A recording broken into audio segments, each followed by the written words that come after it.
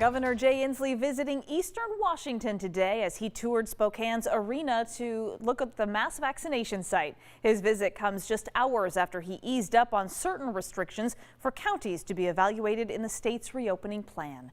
Good evening, everyone. Thank you for staying up late with us tonight. I'm Whitney Ward. Mark and Regina have tonight off.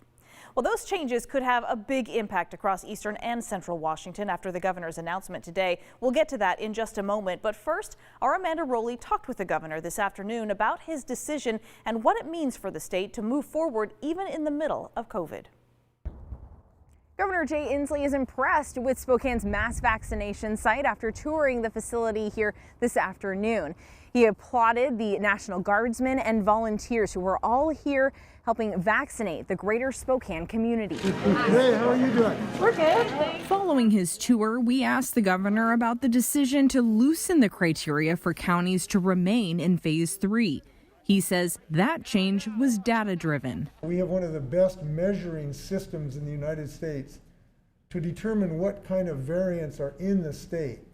After looking at that most recent data, we were confident that this was the right thing for the state of Washington. Spokane Mayor Nadine Woodward told us she is thankful for this change to the reopening metrics, especially as Spokane has been close to moving back a phase. I've gotten lots of calls into my office, people are very concerned about going back to phase 2.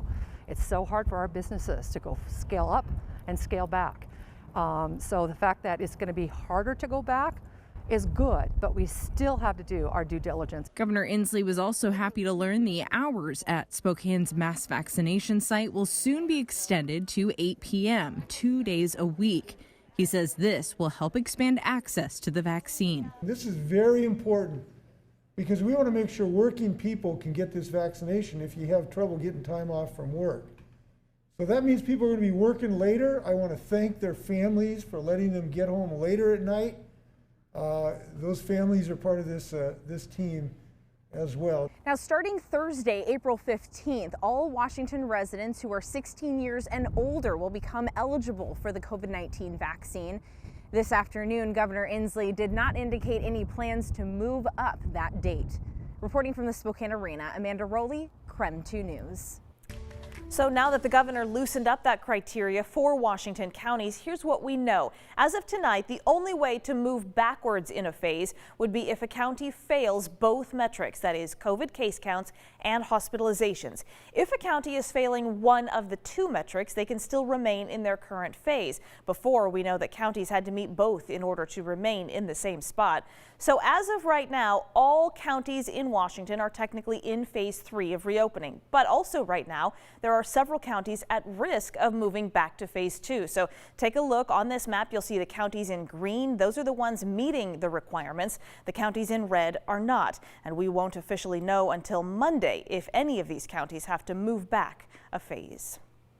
By this time next week, though, millions more Washingtonians will be eligible for the COVID vaccine. Starting next Thursday, anyone 16 years or older can sign up to get a COVID shot. However, many people are still feeling a little hesitant. According to a recent poll, a majority of people say they are planning to get vaccinated or they already have, but almost a quarter still are reluctant, and of those, 70% are most concerned, they say, with side effects. So we took some of your top questions straight to the experts today. Dr. Deborah Fuller from the University of Washington is a vaccinologist and is actively studying vaccines right here in Washington. I had a chance to ask her earlier about the argument that we've heard about from actually a lot of people, that they want to wait and see what the long-term effects are of the vaccine before they get it themselves. Here's what she had to say.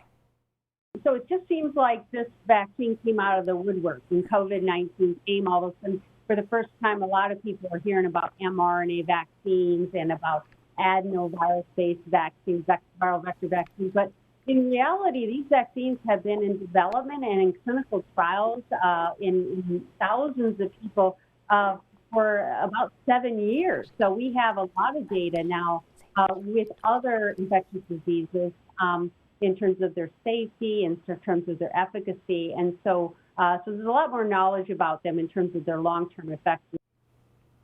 And you can see the full interview with more questions that Dr. Fuller answered. That's on our YouTube page. Just look for KREM 2.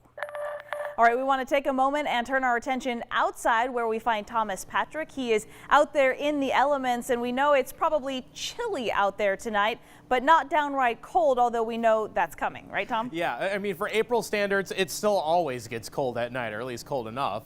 But it's not as cold as it will be. In fact, about 24 hours from now, it's going to get a lot colder. And when you look at the temperature right now, 48 degrees at 11 o'clock at night, that is more than good enough in terms of warmth, but it's not going to stay that way. In fact, 40s might only be the high temperature for tomorrow. We've got a cold front that's actually slicing its way across the state right now. You see the rain over western Washington, the snow for the Cascades.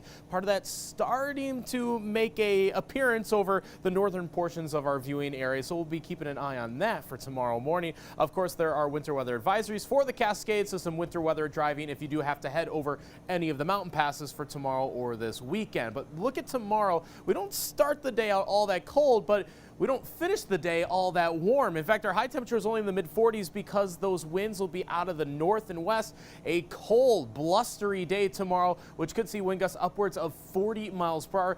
That plus we could have another spat of some that wet snow or grapple like what we saw from a couple days ago. That all on the table for tomorrow, and then a very cold night for Sunday morning. I'll show you just how cold we're talking temperature-wise, but also how quickly we rebound into the coming week. Look for those details in a few minutes. I like the sound of that, Thomas. Thank you very much.